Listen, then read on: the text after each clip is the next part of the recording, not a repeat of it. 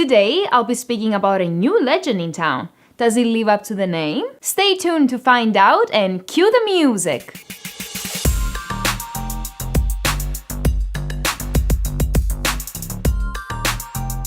Hello to my lovely subscribers and welcome back to my channel. If you're new here, my name is Andrea with Curly Sense and thank you so much for tuning in. First off, I just want to give a big shout out to all of you who are watching right now because we've reached over 5,000 subscribers in 5 months. It's been so overwhelming to see how much support you guys have shown me so far, and it really motivates me to keep creating new content, even though I'm not uploading as much as I want to. So, as you've already seen from the title, I have the newest flanker from the Invictus line by Paco Rabanne, and it's Invictus Legend. Let's kick things off with a closer look at this battle.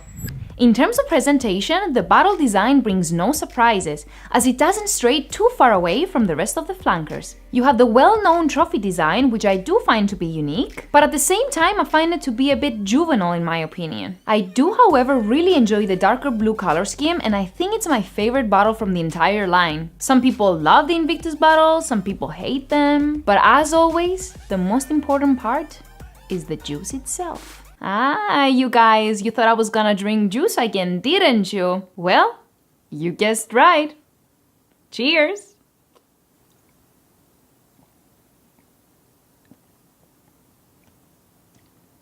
Damn, that's good.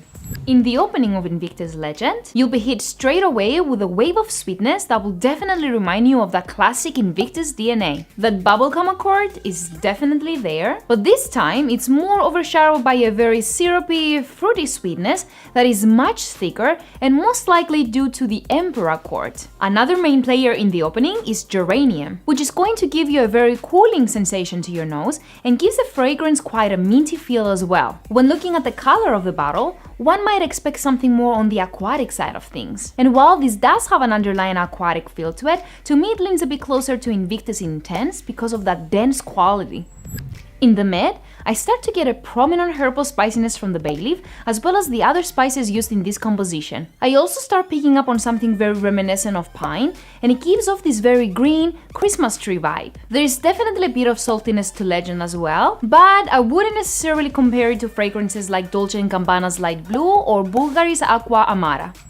In the dry down, the sweetness falls back and you're left with a bit of woodiness and that Emperor accord. Also, while testing this one, I kept getting this churchy vibe, and there is a word in Greek that constantly came to my head, which is livani. I eventually translated it to English, and lo and behold, it actually means incense. So I haven't heard anybody else saying this about Legend, but no doubt I get a very strong incense note in the dry down. At this particular stage is when I think I enjoy Legend the most. Performance on Invictus Legend is very solid. I'm getting about 7 to 8 hours of longevity on skin with 2 to 2.5 hours of moderate to heavy projection. After that, it will gradually get closer and closer to the skin, and if you spray close, it will stick around the whole day. Because of the sweet nature of Legend, I personally think it will work best in the transitional seasons of spring and fall. To me, this one will be a little bit too cloying for a hot summer day, and because of the slightly aquatic nature of the scent, it doesn't pack enough of a punch for the winter months. In my opinion, this would fit best for teenagers or young adults, and could also be a nice contender for clubbing and nights out because of its good performance. In terms of compliments, Invictus Legend would definitely have a strong crowd, as these types of sweet scents typically do well with the ladies. The chicas, the mamacitas, the señoritas, the copelas in the neighborhood. It will do well.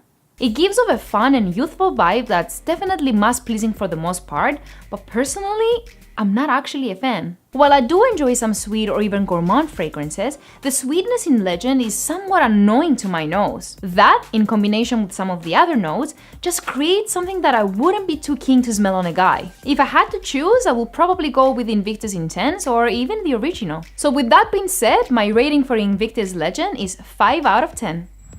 Legend currently retails between $74 and $96 for the 50 and 100 ml bottles, and it hasn't hit too many discounters as of yet. In my opinion, I will definitely wait until it sells at discounted prices and pick it up for the full season. Conversation time! I would love to know your thoughts on Invictus Legend if you've tried it, and I'm also curious to know your favorite fragrance from the Invictus line. Thanks so much for watching, and as always, don't forget to subscribe, turn on your bell notifications, and give this video a big thumbs up so I know that you enjoyed it. See you soon!